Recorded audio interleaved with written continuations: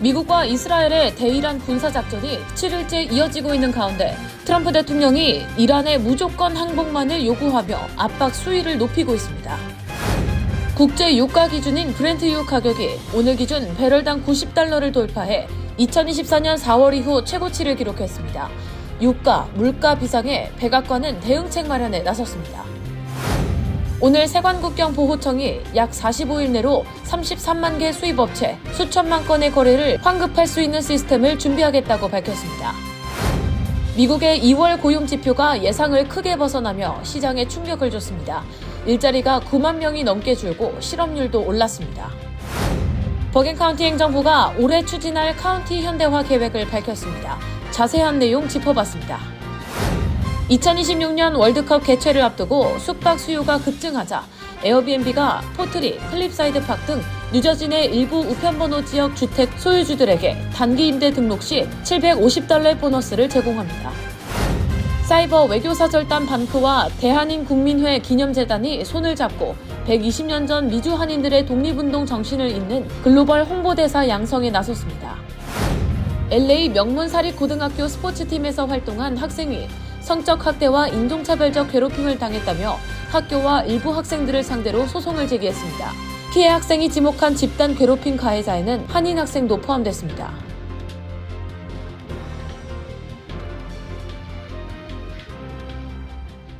헬문스버그의 최우선의 목표는 최고의 고객 서비스를 제공하는 것입니다. 전문 세일즈팀과 함께하는 고급 쇼룸에서 여러분이 좋아하는 메르세디스-벤츠 모델을 만나보실 수 있습니다. 헬문스버그와 함께라면 완벽한 차량을 찾는 데 필요한 모든 것이 준비되어 있습니다.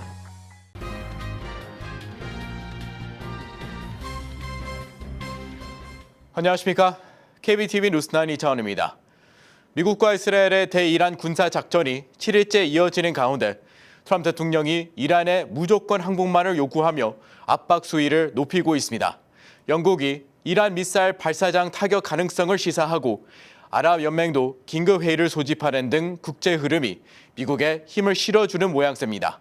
오늘의 첫 번째 소식 신영주 기자가 전해드립니다. 트럼프 대통령이 이란과의 합의는 무조건 항복 이외에는 없을 것이라고 밝혔습니다. 이란 군경을 향해 무기를 내려놓고 항복할 것을 요구하며 이란의 훨씬 더 나은 미래가 지금 시작되고 있다고 말했습니다. 사망한 하메네이 최고 지도자의 후계자 선정에도 직접 개입하겠다는 입장도 재확인했습니다. 미군은 작전이 다음 단계로 전환됐다고 공표했습니다. 피트 헤그세스 국방장관은 플로리다주 맥딜 공군기지 기자회견에서 탄약은 부족하지 않다. 방어 및 공격무기 비축량은 필요한 만큼 작전을 지속할 수 있게 한다고 밝혔습니다. 그는 이란이 우리가 작전을 지속할 수 없을 거라고 기대한다면 이는 심각한 오산이라고 강조했습니다. 브래드 쿠퍼 중부사령관도 작전 성과를 구체적으로 밝혔습니다. 지난 24시간을 기준으로 이란의 탄도미사일 공격은 전쟁 첫날 대비 90%, 드론 공격은 83% 줄었으며 이란 선박 30척 이상을 격침했다고 밝혔습니다. 쿠퍼 사령관은 작전의 다음 단계에서 이란의 미래 미사일 생산 능력까지 체계적으로 해체할 것이라고 말했습니다. 이스라엘군 참모총장도 작전이 세 단계에 진입했다고 선언하며 아직 공개하지 않은 추가 작전들이 준비되어 있다고 밝혔습니다. 반면 이란은 협상을 전면 거부했습니다. 아바스 아라그치 외무장관은 미국과 협상해야 할 이유를 찾지 못하고 있다며 휴전 가능성도 일축했습니다. 이란은 이날 이스라엘과 걸프 지역 미국 시설을 겨냥한 20번째 일제 공격을 단행했으며 이라크 내 미국계 유정까지 드론으로 타격하는 등 공격 범위를 넓히고 있습니다. 이란을 향한 국제적 압박도 높아지고 있습니다. 영국의 데이비드 라미 부총리는 BBC와의 인터뷰에서 이란의 공격을 예방하기 위해 이란 내 미사일 발사장을 선제 타격하는 것이 합법적이라고 밝혔습니다. 영국 부총리가 이란 영토 내 미사일 발사장 선제 타격 가능성을 공개적으로 밝힌 것은 영국 측의 가장 적극적인 발언으로 주목됩니다. 아랍연맹은 오는 8일 긴급 외무장관 화상회의를 소집합니다. 사우디아라비아가 제안한 이번 회의에서는 이란의 아랍 공격 국가에 대한 대응 방안이 논의될 예정입니다. 미 의회에서는 상원에 이어 하원에서도 트럼프 대통령의 전쟁 권한을 제한하는 초당적 결의안이 찬성 212, 반대 219표로 부결됐습니다. 공화당 지도부는 전쟁 중 대통령 권한을 제한하는 것은 오히려 적을 이롭게 한다며 부결을 이끌었습니다. KBTV 뉴스 신영주입니다. 원유 수송량의 약 20%를 책임지는 호르무즈 해협이 사실상 봉쇄되면서 국제 유가를 끌어올리고 있는데요. 국제 유가 기준인 브렌트유 가격은 오늘 기준 배럴당 90달러를 돌파해 2024년 4월 이후 최고치를 기록했습니다. 미국 내 휘발유 가격도 빠르게 오르면서 생활에 직접적인 영향을 미치고 있습니다. 백악관은 대응책 마련에 나섰습니다. 신영주 기자가 전해드립니다. 미국과 이스라엘의 대이란 군사작전 그리고 이에 맞선 이란의 반격에 이어지면서 중동의 군사적 긴장이 갈수록 고조되고 있습니다. 전 세계 원유 물동량의 약 20%가 지나는 호르무즈 해협에 유조선 운항 위험이 커지자 국제유가는 빠르게 치솟았습니다. 5일 미 서부 텍사스산 원유 가격은 하루 만에 8.5%가 넘게 올라 배럴당 81달러를 돌파했습니다. 지난해 7월 이후 약 1년 8개월 만에 가장 높은 수준입니다. 이 여파는 주유소로 직접 이어지고 있습니다. 업계에서는 전국 휘발유 가격이 일주일 사이 약 10% 올랐다는 분석도 나오고 있으며 전문가들은 현재 갤런당 3달러 30센트에서 35센트 수준까지 오를 것으로 내다보고 있습니다. 전쟁이 장기화되면 갤런당 3달러 50센트를 넘길 수 있고 최악의 경우 국제유가가 배럴당 100달러를 돌파하면 4달러에 근접할 수 있다는 전망도 나옵니다. 특히 뉴욕과 뉴저지, 커네티컷 지역은 세금과 운송 비용이 높고 수입 의존도가 높아 전국 평균보다 가격 상승 속도가 빠른 경향이 있습니다. 최근 일주일 사이 이미 20에서 30센트가 오른 것으로 파악되며 전쟁이 계속될 경우 이 지역 휘발유 가격은 갤런당 3달러 50센트를 넘길 가능성이 높습니다. 백악관도 대응에 나섰습니다. 수지 와일스 비서실장은 참모들에게 가격을 낮출 방안을 마련하라고 지시했고 더그버검 내무장관 겸 국제에너지위원장도 단기 조치부터 장기 방안까지 모든 것을 검토 중이라고 밝혔습니다. 검토 중인 방안에는 전략 비축유 방출도 포함됩니다. 다만 현재 미국의 전략 비축유는 약 4억 1,500만 배럴로 최대 저장 용량의 58% 수준에 불과합니다. 2010년대 평균인 6억 배럴을 크게 밑도는 수준으로 1980년대 이후 가장 낮은 수준 중의 하나입니다. 우크라이나 전쟁 당시 역대 최대 규모인 1억 8천만 배럴을 방출한 이후 완전히 채워지지 못한 상태입니다. 현재 비축량은 미국의 약 20일치 소비량 또는 약 4개월치 순수입 보호 수준으로 평가됩니다. 전문가들은 비축유가 단기적인 가격 급등을 어느 정도 완화할 수는 있지만 호르무즈 해협 같은 대형 공급 충격을 완전히 막기에는 한계가 있다고 분석합니다. 중동 전쟁이 길어질수록 미국의 유가 방어 여력이 예전보다 약하다는 우려가 나오는 이유입니다. 이 밖에 연방 휘발유세, 일시 유예, 연료 혼합 의무 규정 면제, 산유국들과의 공조 등도 검토되고 있습니다. 트럼프 대통령은 호르무즈 해협을 지나는 유조선에 미 해군이 군사적 보호를 제공하겠다고 선언하고 걸프 지역 해운의 보험과 보증을 지원하도록 국제개발금융공사 DFC에 지시하기도 했습니다. 오는 11월 중간선거를 앞두고 물가 안정이 최대 현안으로 떠오른 상황에서 유가 급등은 트럼프 행정부가 2기 출범 이후 성과로 내세운 물가 안정 기조에 직접적인 부담이 될 수 있습니다. KBTV 뉴스 신영주입니다. 지난 2월 연방대법원이 위헌 판결을 내린 트럼프 행정부의 관세, 이제 환급 절차가 본격 시작될 준비를 하고 있습니다. 오늘 세관 국경보호청은 약 45일 내로 수천만 건의 거래를 개별 소송 없이 환급할 수 있는 시스템을 준비하겠다고 밝혔습니다. 이런 가운데 24개 주 정부는 트럼프 행정부가 새로 도입한 대체 관세 역시 불법이라며 추가 소송을 제기했습니다. 김현지 기자입니다. 오늘 세관국경보호청은 위헌 판결을 받은 트럼프 행정부의 관세 정책을 환급하기 위한 시스템을 약 45일 이내에 준비할 예정이라고 밝혔습니다. 이번 발표는 오늘 오전 국제무역법원이 정부 측 변호사와 세관국경보호청 관계자들을 소집해 비공개 합의회의를 열고 관세 환급 절차를 논의한 가운데 나왔습니다. 회의를 주재한 국제무역법원의 리처드 이튼 판사는 수만 개의 수입업체, 수천만 건의 거래를 개별 소송 없이 빠르게 환급할 수 있는 방법 등을 집중적으로 다뤘습니다. 앞서 이튼 판사는 세관국경보호청에 기존 내부 시스템을 활용해 모든 수입업체에 대해 이자까지 포함한 관세 환급 절차를 시작하라고 명령했습니다. 하지만 세관 측은 이번 환급 규모가 전례 없는 수준이라 기존 시스템만으로는 즉시 처리하기 어려워 수작업이 불가피하다는 내용의 문서를 법원에 제출했습니다. 지난 2월 연방대법원의 위헌 판결로 무효 처리가 된 관세는 약 1,660억 달러 규모로 해당 관세를 납부한 수입업체는 33만여 곳, 거래 건수는 5,300만 건에 달합니다. 세관 고위 관계자는 이튼 국장의 명령대로 시행했을 경우 400만 시간 이상의 노동이 필요하며 이는 기존 무역 집행 업무에도 큰 부담이 될 수 있다고 설명했습니다. 그러면서 45일 내로 준비될 이번 환급 시스템은 수입업체의 제출 서류를 최소화하도록 설계됐으며 기존 내부 시스템을 활용해 신고 내용을 검증한 뒤 관세와 이자를 한 번에 지급할 것이라고 설명했습니다. 한편 대법원의 관세 무효 판결 직후 트럼프 대통령이 새로 도입한 추가 관세 정책도 법적 리스크에 직면했습니다. 뉴욕주와 오리건주를 포함한 24개 주정부는 트럼프 행정부가 무역법 122조를 근거로 부과한 새로운 관세 역시 법적 근거가 부족하다며 국제무역법원에 소송을 제기했습니다.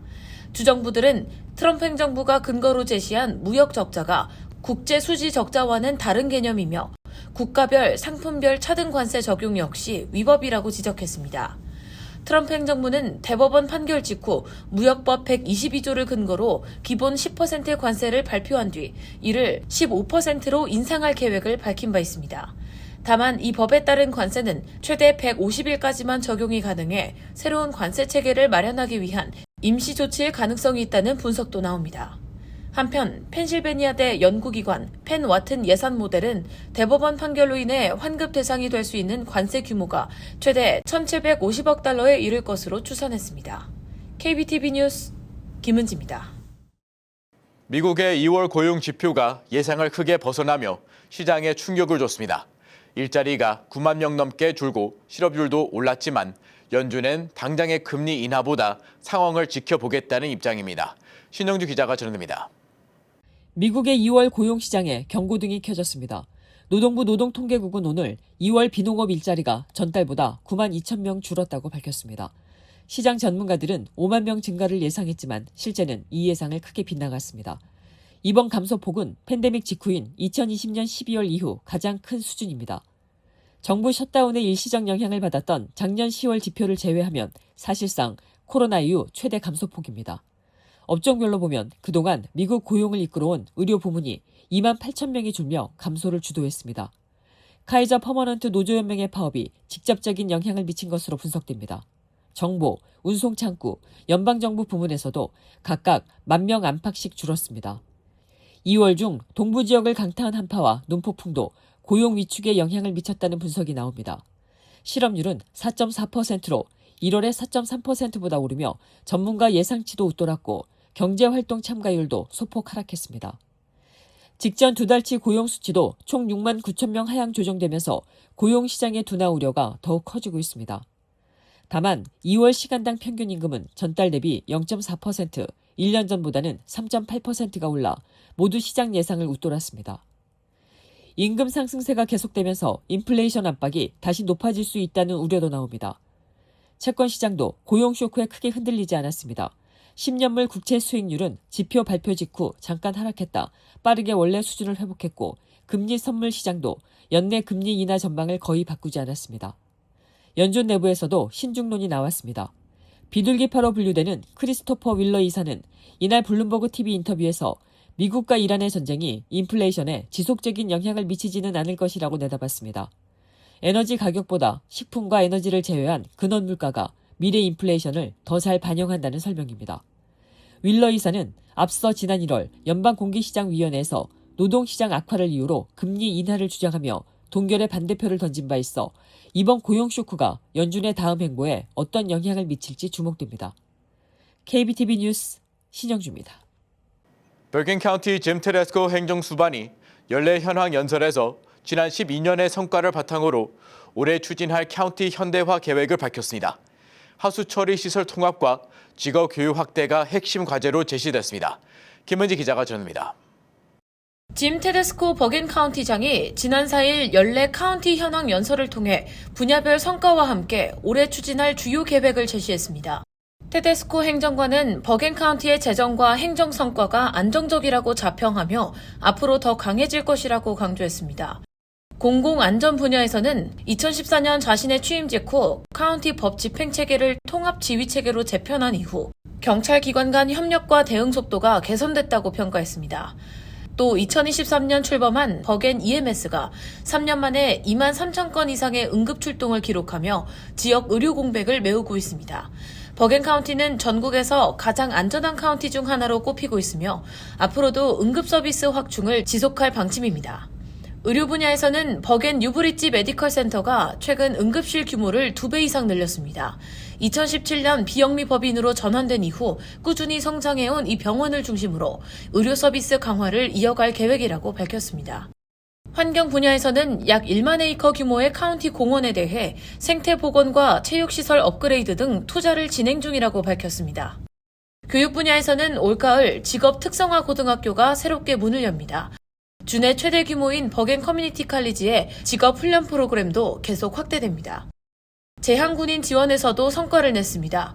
지난해 800만 달러 이상의 혜택을 확보했고 버겐 카운티는 미국 최초로 재향군인 노숙 문제를 완전히 해결한 카운티가 됐습니다. 올해 가장 주목되는 신규 과제는 광역 하수처리 시설 통합입니다. 카운티 주민 약 80%의 서비스를 제공하는 두 기관을 하나로 합치는 방안을 검토 중으로 운영 효율화와 비용 절감이 기대됩니다. 짐 테데스코 버겐 카운티장은 카운티의 연간 경제 규모가 824억 달러로 뉴저지 GDP의 약 12%를 차지한다며 필요하다면 우리 기관을 현대화하는 데 주저하지 않겠다고 강조했습니다. KBTV 뉴스 김은지입니다. 2026년 월드컵 개최를 앞두고 숙박 수요가 급증하자 에어비앤비가 뉴저지 일부 지역 주택 소유주들에게 단기 임대 등록을 장려하기 위한 인센티브를 제공하고 있습니다. 대상 지역에 주택을 등록하고 임대할 경우 최대 $750의 보너스를 받을 수 있습니다. 보도에 김은지 기자입니다. 숙박 공유 플랫폼 에어비앤비가 2026년 월드컵 기간 숙박 수요 증가에 대비해 뉴저지 주택 소유주들에게 새로운 인센티브를 제공하겠다며 공급 확대에 나섰습니다. 이번 프로그램은 2026 FIFA 월드컵 기간 동안 경기장 인근 숙박 공급 부족에 대처하기 위한 것으로 주택 소유주가 단기 임대 숙소를 새로 등록할 경우 $750의 보너스를 지급한다는 계획입니다. 대상 지역에는 뉴저지 내 65개 우편번호 지역으로 대부분 멜라이프 스테디움 인근에 위치한 지역입니다. 여기에는 한인 밀집 지역 포트리와 노스버겐, 유니온, 유니온시티, 뉴악, 호보큰, 엘리자베스, 저지시티 지역이 포함됐습니다. 뉴저지 멜라이프 스테디움에서는 오는 2026년 6월 13일부터 7월 19일까지 총 8경기의 월드컵 경기가 열릴 예정입니다. 에어비앤비에 따르면 월드컵 경기장 주변 숙박 수요는 지난해 같은 기간과 비교해 약 80% 증가한 것으로 집계됐습니다. 이에 따라 일부 숙소는 결승전 전후 날짜 기준으로 하루 $1만 달러 이상을 요구하는 사례도 나타나고 있습니다. 다만 에어비앤비는 뉴저지 주택을 월드컵 기간 동안 임대할 경우 평균 약 $5,700 정도의 수익을 기대할 수 있다고 설명했습니다. 여기에 신규 호스트에게 제공되는 $750 보너스가 추가로 지급됩니다. 보너스를 받기 위해서는 2026년 2월 1일 이전에 해당 주택이 에어비앤비에 등록된 적이 없어야 하며 등록 전에 보상 프로그램 페이지를 통해 정보를 제출해야 합니다. 또 등록 숙소는 에어비앤비가 제시한 65개 우편번호 지역 내에 위치해야 하며 2026년 7월 31일까지 최소 $100 이상의 예약을 한 건 이상 완료해야 합니다. 에어비앤비 측은 월드컵 기간 동안 경기장 인근 숙박시설 부족 문제가 이어질 것으로 보고 지역 주민들의 참여를 독려할 것이라고 밝혔습니다. KBTV 뉴스 김은지입니다. 120년 전 미주 한인들의 독립운동 정신을 잇는 프로젝트가 시작됩니다.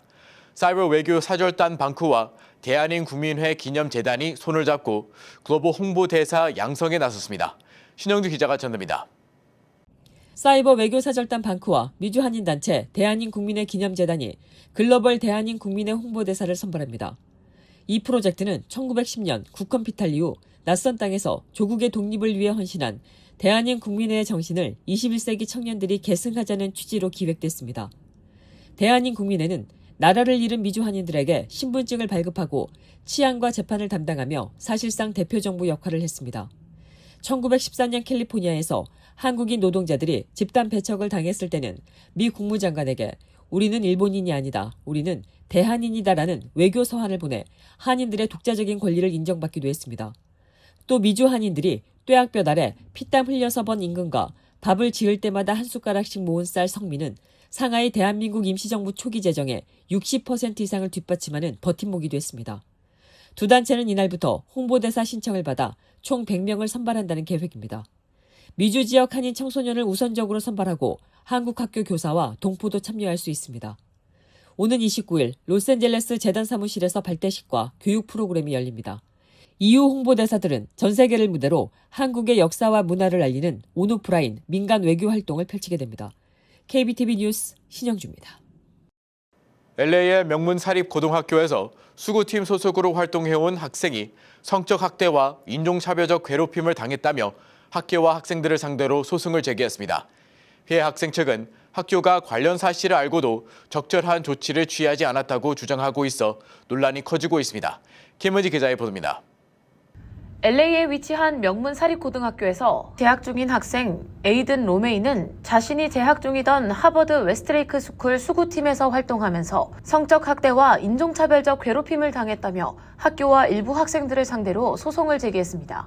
소장에 따르면 로메이는 2022년 8월부터 2024년 2월까지 같은 팀 소속 백인 학생 루카 반데어 우데로부터 반복적인 성추행을 당했으며 N워드 등 흑인을 비하하는 인종차별적 욕설도 지속적으로 들어야만 했다고 주장했습니다. 또 일부 학생들은 체력훈련 과정에서 자신을 향해 노예제를 연상시키는 방식의 괴롭힘을 가했으며 흑인을 비하하는 언행과 함께 폭력적인 행위가 반복됐다고 주장했습니다. 소장에는 이러한 집단 괴롭힘에 다른 학생들도 가담했으며 일부 한인 학생이 가해자로 참여했다는 주장도 포함됐습니다.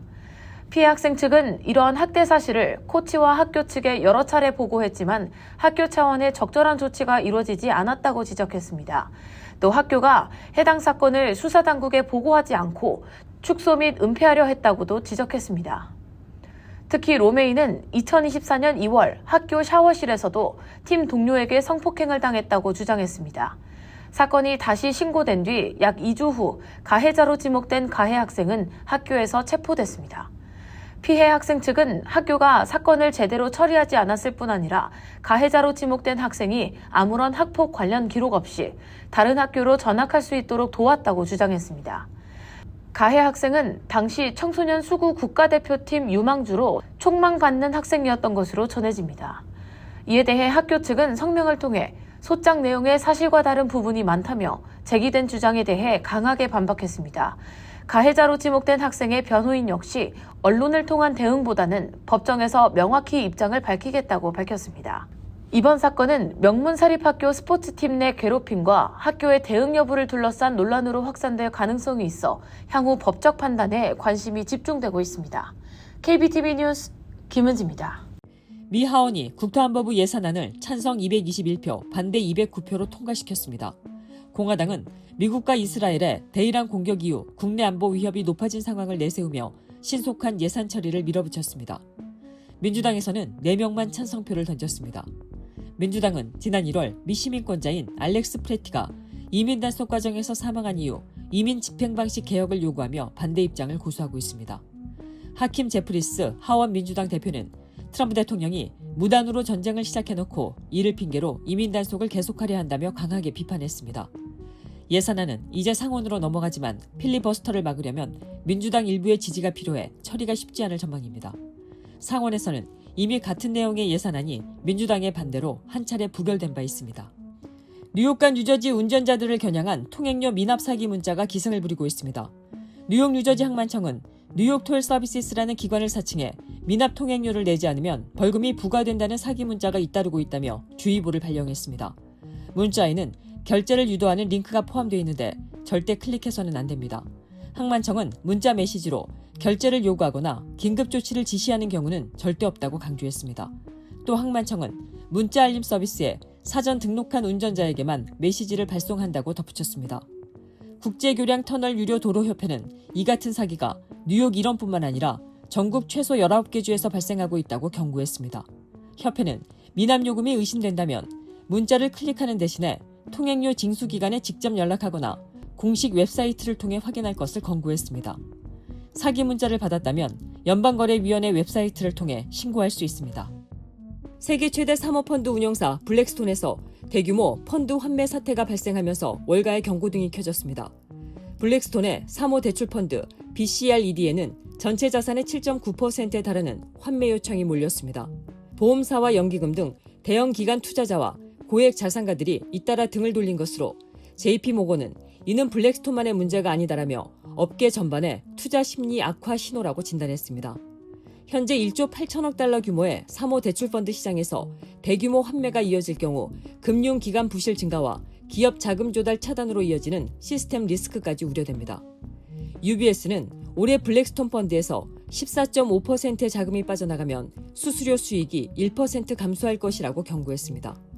여기에 AI 확산으로 사모대출의 주요 투자 업종인 소프트웨어 기업들의 주가가 연일 하락하면서 우려가 더욱 커지고 있습니다. UBS는 올해 안에 사모대출 시장에서만 최대 1,200억 달러 규모의 부실이 생길 수 있다고 전망했습니다. 메타의 AI 스마트 안경으로 촬영이 된 영상이 외부 업체 직원들에게 전달이 돼 열람이 됐다는 논란이 집단 소송으로 이어졌습니다. 캘리포니아 북부 연방지법에 제출된 소장에 따르면 캘리포니아와 뉴저지 거주 메타 스마트 안경 구매자 2명이 메타와 안경 제조사인 에실로 룩소티카 미국 법인을 상대로 집단 소송을 제기했습니다. 원고들은 화장실을 이용하는 장면, 탈의 장면, 금융 정보, 사적인 문자 대화 등 극도로 민감한 영상이 케냐의 데이터 라벨링 협력업체 직원들에게 전달돼 검토됐다고 주장했습니다. 메타가 사생활 보호를 위한 설계, 당신이 통제한다는 문구로 제품을 판매했지만 실제로는 정반대였다는 겁니다. 메타 측은 사용자 경험 개선을 위해 계약업체를 활용하며 개인정보 보호 필터링 조치를 취하고 있다고 해명했습니다. 한편 메타는 현재 전 세계 AI 안경 시장의 85%를 점유하고 있어 이번 소송의 파장이 주목됩니다. 잠시 후 커뮤니티 브리핑을 전해드립니다. 헬მს브로스 최우선의 목표는 최고의 고객 서비스를 제공하는 것입니다. 전문 세일즈팀과 함께하는 고급 쇼룸에서 여러분이 좋아하는 메르세디스-벤츠 모델을 만나보실 수 있습니다. 헬მს브로스와 함께라면 완벽한 차량을 찾는 데 필요한 모든 것이 준비되어 있습니다.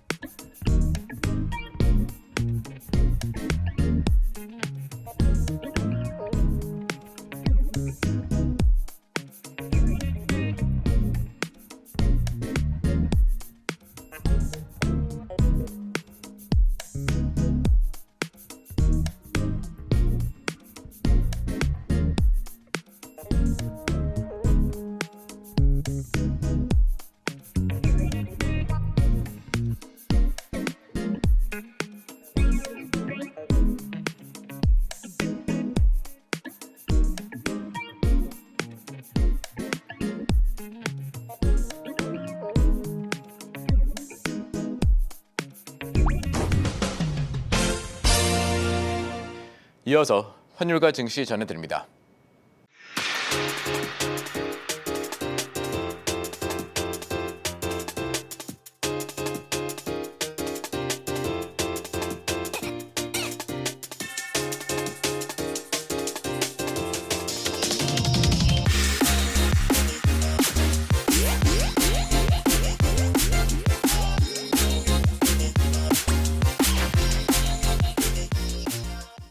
잠시 후 뉴욕과 뉴저지 날씨 전해드립니다.